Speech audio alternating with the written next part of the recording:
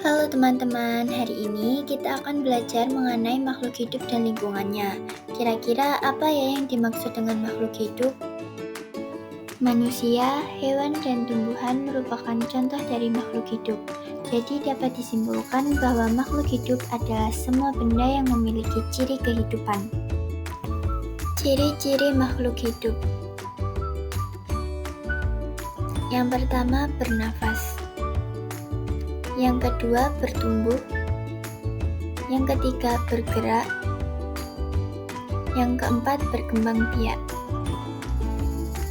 Interaksi antar makhluk hidup.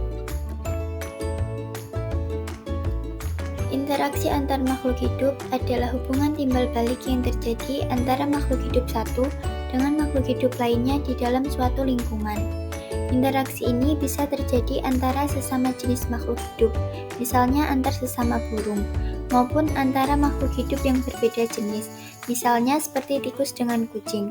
Melalui interaksi ini, makhluk hidup saling memengaruhi untuk memenuhi kebutuhan hidupnya, seperti mencari makanan, tempat tinggal, atau melindungi diri. Setelah memahami bahwa interaksi antar makhluk hidup adalah hubungan timbal balik antara makhluk hidup satu dengan yang lain, kita bisa mempelajari bentuk-bentuk interaksi yang lebih spesifik, yaitu simbiosis. Simbiosis. Simbiosis merupakan salah satu bentuk interaksi antar makhluk hidup yang terjadi antara dua makhluk hidup yang berbeda jenis, di mana keduanya hidup berdampingan dan saling berhubungan erat. Dengan kata lain, simbiosis adalah contoh nyata dari interaksi antar makhluk hidup dalam lingkungan, yang menunjukkan bagaimana makhluk hidup bisa saling menguntungkan, tidak saling merugikan, atau bahkan saling merugikan. Jenis-jenis simbiosis ada 3, yaitu mutualisme, parasitisme, dan komensalisme.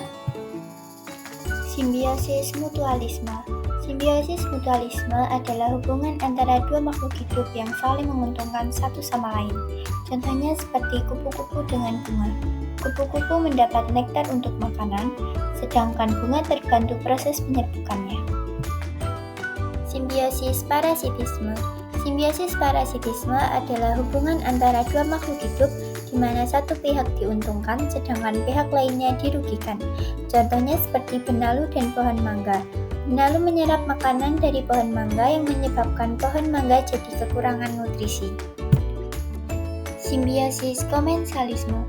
Simbiosis komensalisme adalah hubungan antara dua makhluk hidup di mana satu pihak diuntungkan, sedangkan pihak lainnya tidak dirugikan dan tidak diuntungkan. Contohnya seperti ikan remora dengan ikan hiu.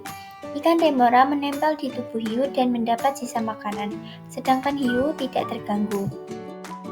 Jadi teman-teman, semua makhluk hidup dan lingkungannya adalah ciptaan Tuhan Yang Maha Esa. Tuhan menciptakan manusia, hewan, tumbuhan, air, udara, dan tanah agar hidup saling bergantung dan saling melengkapi. Melalui makhluk hidup dan lingkungannya, kita bisa melihat betapa sempurna dan indahnya ciptaan Tuhan. Oleh karena itu, kita harus menjaga keseimbangan dan kelestarian lingkungan agar semua makhluk hidup dapat hidup dengan baik dan harmonis.